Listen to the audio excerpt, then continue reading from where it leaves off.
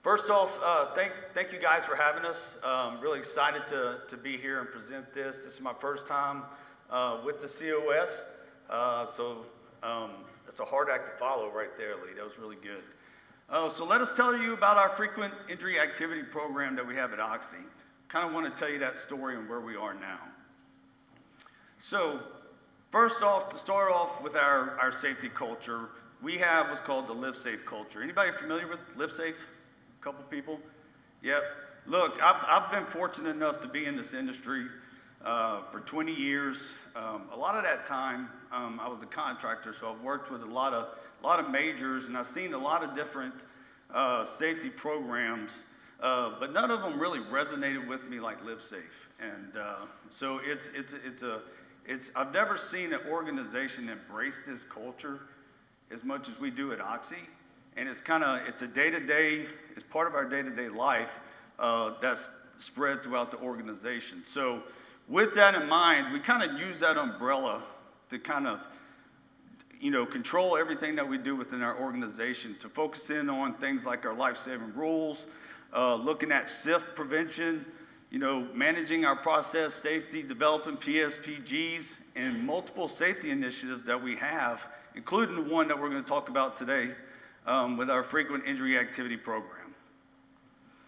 All right, so FIAS, we call them FIAS in short, has nothing to do with my boss's name, Sophia, so we'll leave that alone, inside joke.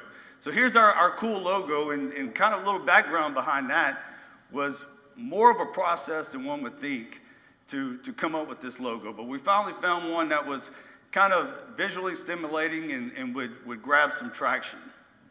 So the FIAs were initially conceptually came up with to kind of promote our observation program, right? To kind of get people engaged with being proactive in safety and kind of help us be our eyes out on target.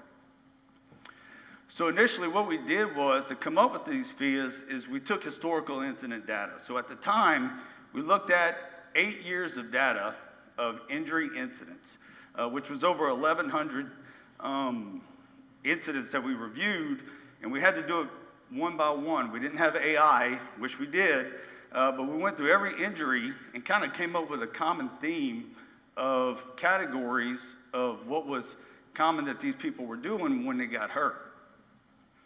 So out of that analyst, we identified 7 different activities that people were performing when they got injured, right? And out of those 7, they accounted for over 80% of all the injuries that we had, which was kind of like eye-opening to us. We're like, oh, wow.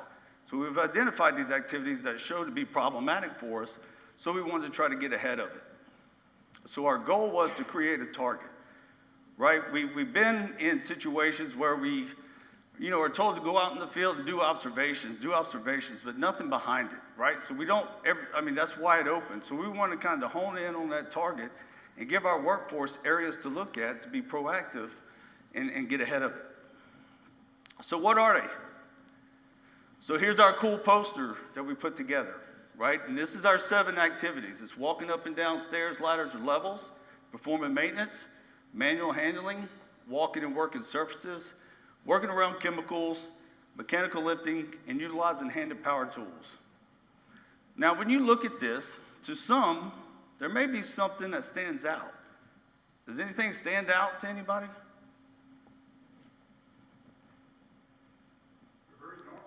They're very normal, right? Well, I'll say this. So I'll look at 5 of those 7, and I'll say, okay, I get it. That makes sense when I put it on paper and I look at it. But then there's 2 that kind of some may think, well, that's weird or that's odd. How is that a high-risk activity? Working surfaces and walking up and down stairs ladders. Now, why do you think that those 2 are one of our top offenders? Why do we think that those 2 are problematic for us in the industry? Anybody? Say again? Complacency. Right? Perhaps it could be the mindset of individuals think that that's outside the work area, right? When I'm walking to where the work is, and that's where the hazards are, right? Or when I finish my job, I'm walking back to the galley, I can let my guard down.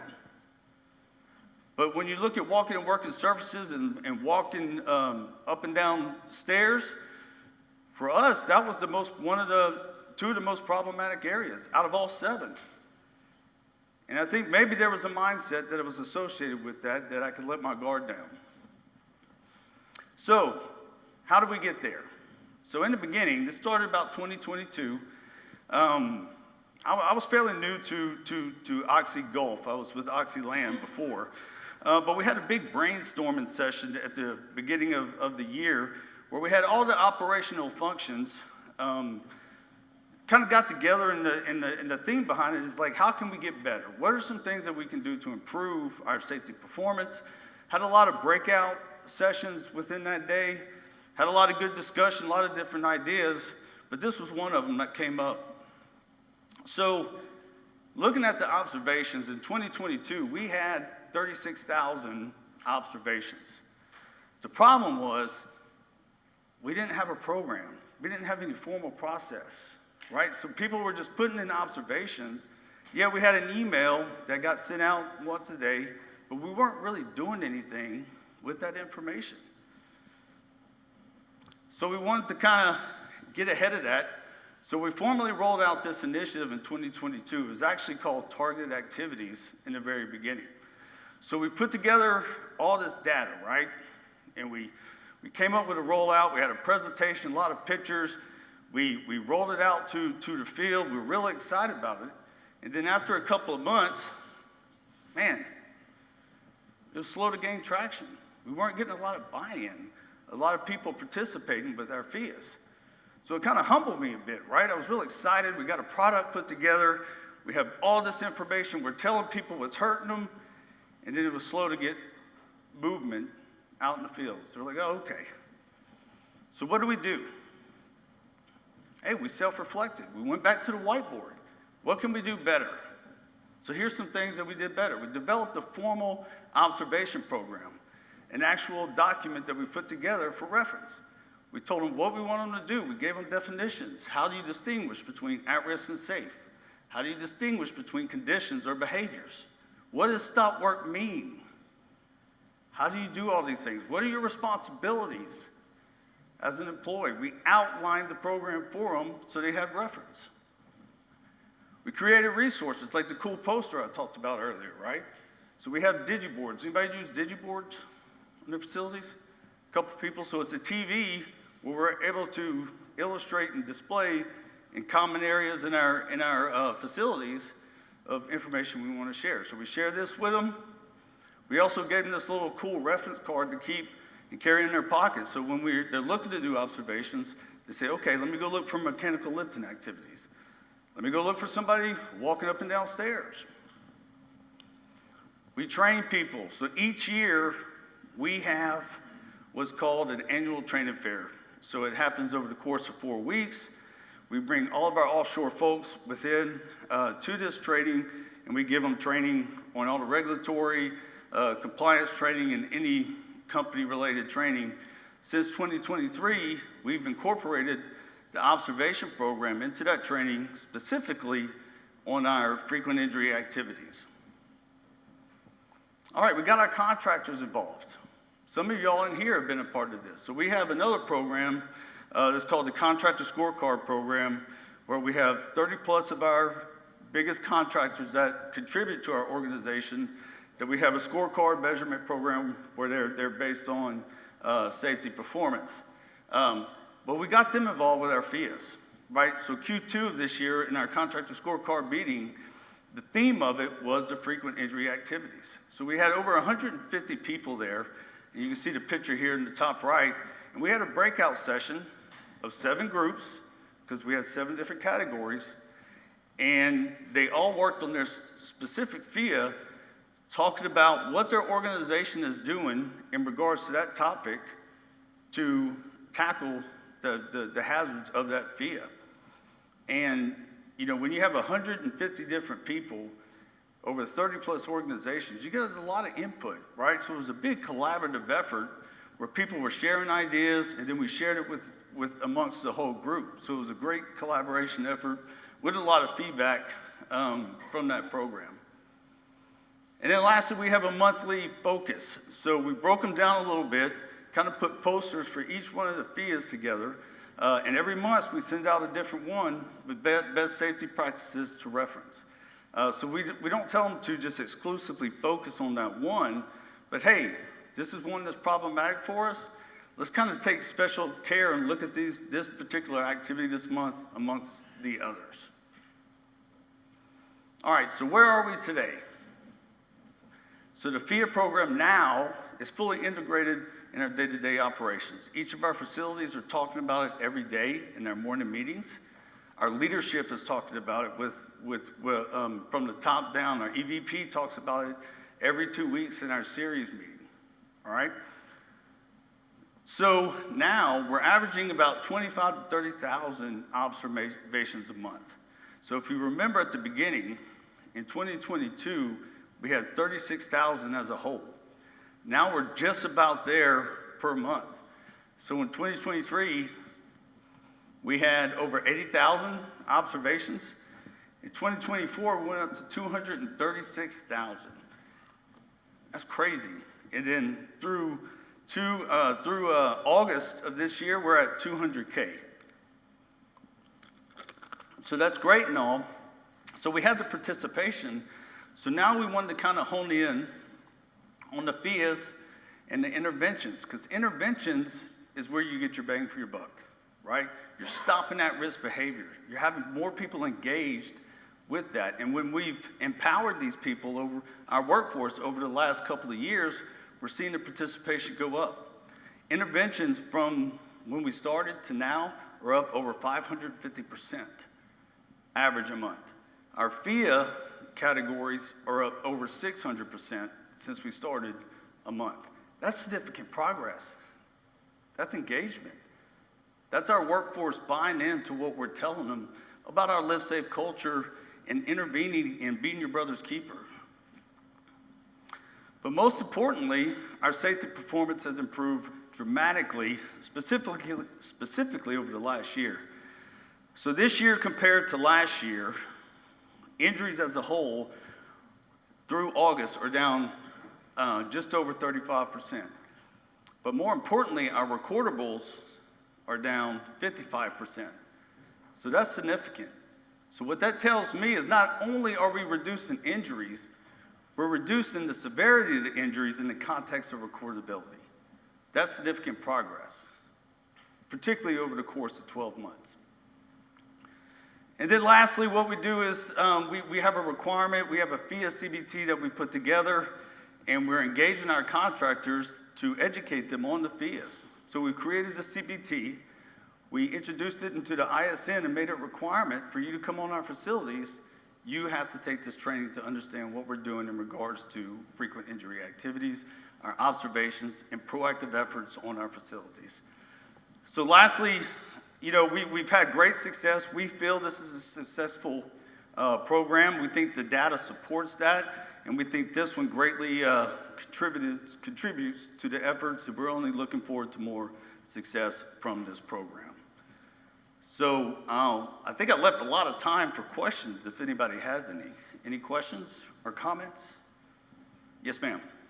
So 30,000 observations a month is a lot. It is. A lot of data coming in. Absolutely. What tools have you put in place to actually analyze and take action on that data? That's a great question. I'm glad you asked. So we manage these on Power BI, similar to what Lee talked about. But recently, I'm sure everybody's been familiar with AI initiatives that we have in place. So we've been using AI to help a lot of this, right? We have Copilot that we use internally. We have an internal ChatGPT channel that we use to analyze a large amount of data, really quickly. So actually, every week, we take the week's worth of observation data, we run it through our AI tool, and get some of the top trends that we're seeing, and we talk about it in our daily sit rep meeting and share the learnings with our folks. AI is a great tool. I don't know I'm sure a lot of you are messing with it, but yeah, you can do a lot real quickly. Any other questions? Yes, sir. You mentioned that you attributed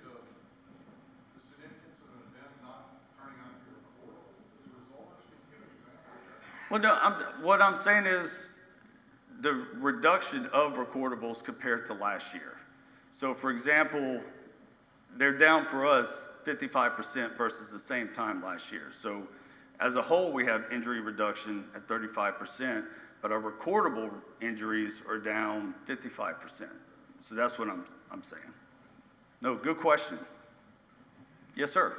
Your CDT that you made available to contractors, Yes, sir. is that available broadly outside the contractor community? I would assume so. We would have to talk to legal, but I would assume that would be the case, being that we have it on ISN.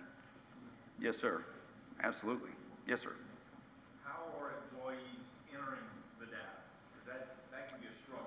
That is, and we've made significant progress with that, and we're looking to do even bigger things. So we have a QR code that we use for access to Microsoft Forms that employees use. Now they can go to the QR code that we have in our common areas, scan it, the Microsoft Form comes up, and they enter it. It takes about 2 to 3 minutes, and they enter it that way.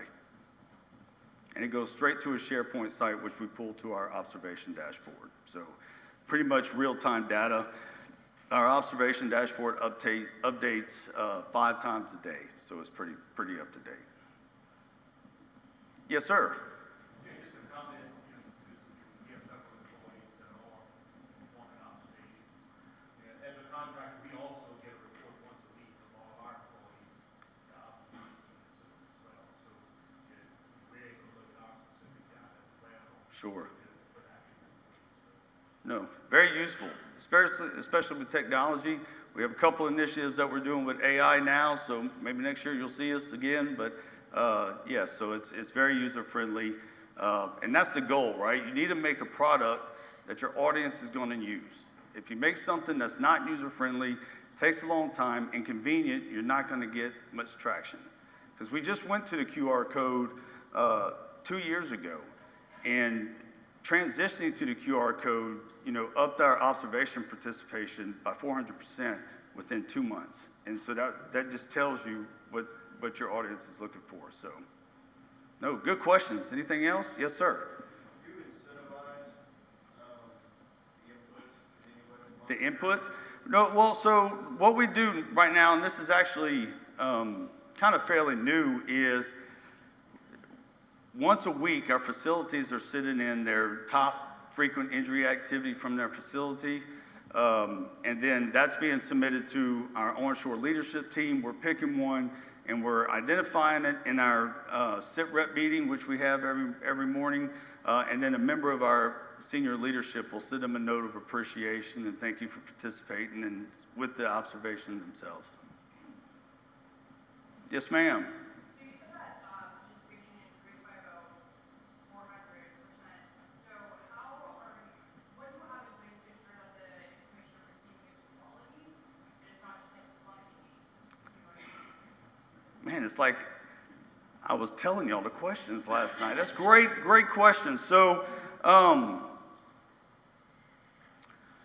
yes, that's a great point of question. So now it's manually done through, we have our dashboard that's available to our facility HSC reps that are able to go on these dashboards, use those opportunities to find coaching opportunities, if you will. If you see, problems in some observations that may not be full in description or may be somebody, writing the same one over and over again, right? So those are the measures that we're using with that. We have some initiatives to address that as well that we're currently working on and using AI to kind of get ahead of that. But right now it's just oversight and a lot of eyes on from HSC levels in the field, operational levels looking at it from the field and in the office. So within our organization, there's a lot of eyes on the observation program because we're starting to see successes from it. But right now it's still human interactive with your dashboard. But stay tuned. Got something bigger coming. Anything else? Yes, sir. So I'll perform some pre-messy inspections on those platforms. Okay. And one of the things that I really like that stands out is y'all's hot work permit. Yes. When y'all put it on the screen and you can see each deck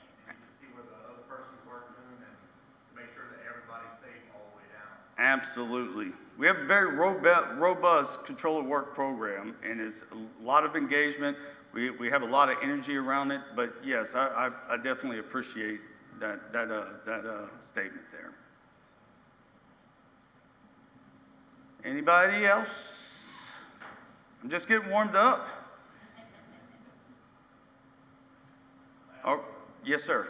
You guys said y'all use Power BI to identify trends. So once you identify trends, you all put the initiatives together to go out and have those trends. Absolutely. So we'll take.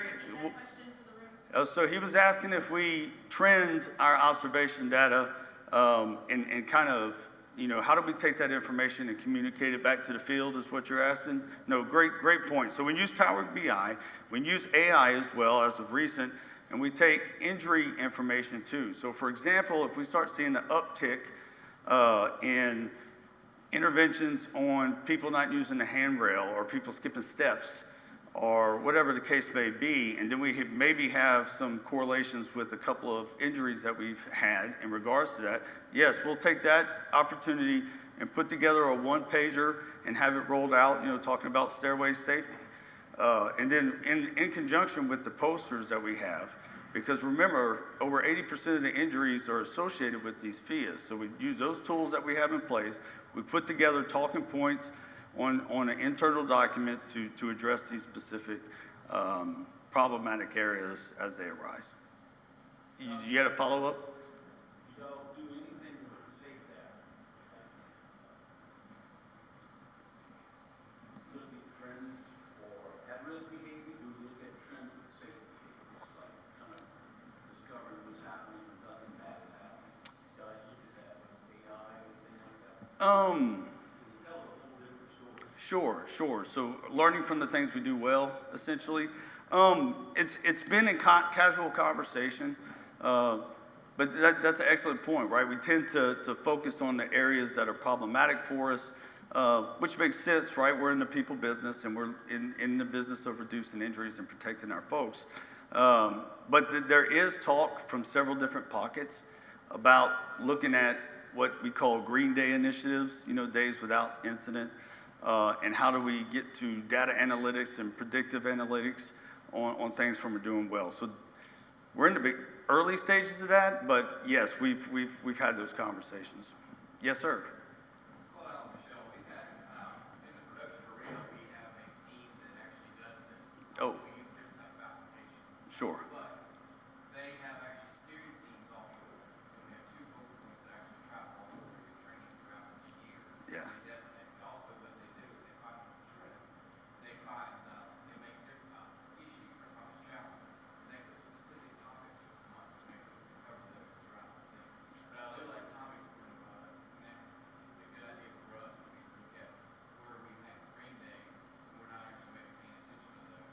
No. Just let you know, we make get in touch and we share those sort of points that actually do that on a day-to-day basis. Absolutely. That'd be great. No, of course. Anybody else? Yes, sir. Just real quick, when you talk about using AI, did you test kind of the data through various platforms and decide what platform gave you better data output, or did you do any kind of comparison across the As far as QA, yeah, no, not at this point. So as I assume with most organizations, AI is still relatively new. And a lot of people are excited about it, and there's a lot of different moving parts going on. We're looking at QA in regards to other things, and then for what we got coming up, QA is part of that initiative, but we haven't compared the facilities. But now that you gave me the idea, when I get back to the office tomorrow, I'm gonna go talk to my team, and we're gonna do what you just said. So ask me next year, and I'll have an answer for you. Just for clarification, right, the ones that the data from offshore, but just with the AI, ChatGPT versus Copilot versus other platforms, if there was anything that you saw difference-wise between them? Oh, between the two agents? Yes, yeah, between the agents. Yes, there's differences depending on what you're using it for. I think, and to the individual, right? So on some applications with Copilot, you'll have to prompt it a little bit more. For example, I was doing an analyst with about 2,700 observations. I was looking for some trends, and I ran it through Copilot, and it only analyzed like 130 of them. And then, so I had to say, well, there was 2,700. I told it, and it was like, you know what? You're right, there was. And then, so it kind of acknowledged it, and then kind of went on. But so in regards to that, I've had more success with the ChatGPT versus Copilot on that. So, but I think it's a subjective thing, really. But it felt good to kind of tell it was wrong. So, yes, sir. Are you using AI to analyze your data? The other question I'm having for you, though, when you analyze the data and you come up with challenges, are you using AI also to differentiate what those mitigations that we need to put in place? The reason I said that, our global organization is running organizations that recently takes a lot of our data from a global perspective, uploaded it to the AI tool, and actually, it actually takes take and get the mitigations. Okay. Right. And it actually was interesting that we're not even using that internally, and we're giving people externally to give us ideas of what we need to do with the mitigations and to help get us the general population. No, well, so we haven't used to come up with the mitigations from our observation standpoint. Now, we have another project that we're working on that we've kind of picked up from one of the contractors is an investigative tool that we're on the final stages of creating that. We just have legal review, but we use that to come up with recommended CAPAs, and so we've tied into our AMS documents. So this specific tool, we've been able to tie it into internal policies and procedures, and that kind of helps drive it. You still have to have the human interface, right? Because sometimes it may not necessarily be exactly where you're trying to get. You may have to prompt it a little bit for circumstances, but. Well, the good thing was that it's taking our internal people about 2 to 3 weeks to do this data crunch. Okay. What mitigations need to be in place. Right. And to review and make sure those mitigations were actually mitigations that we need to put in place. It took this, when they uploaded this information, it actually took like 30 minutes. Yes. Give us those, and then another couple hours for our SMEs, our technical roles. Just to kind of validate. Yep. But again, it saved a whole lot of time, throughout the process. No, absolutely. For those of you that didn't hear him, he's talking about looking at analyzing the data in regards to observations, and then using that tool to kind of generate, okay, what do we need to do to correct this? What do we need to do to get ahead of it? And coming up with those methods or methodologies or mitigations that it's going to recommend. Of course, as he alluded to, you're still going to need that human interface, but it kind of streamlines the process from 2 to 3 weeks, I believe you said, to 30 minutes, which is significant. So, no, good feedback. Where's my time? I have 5 minutes? Okay, 5 minutes. Anybody else? All right. Again, thank you guys for your time. I appreciate you letting us share what we're doing at Oxy. Thank you guys.